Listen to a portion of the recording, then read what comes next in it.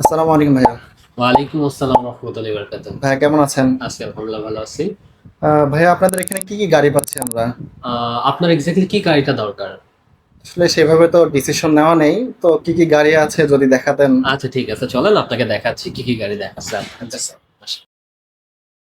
আপনি আমাদের গাড়ির দোকানের পাবনা যে শোরুমটা আছে এই শোরুমে আপনি আপনাদের এখন যে লেটেস্ট যে গাড়িগুলা সবগুলা গাড়ি পাবেন।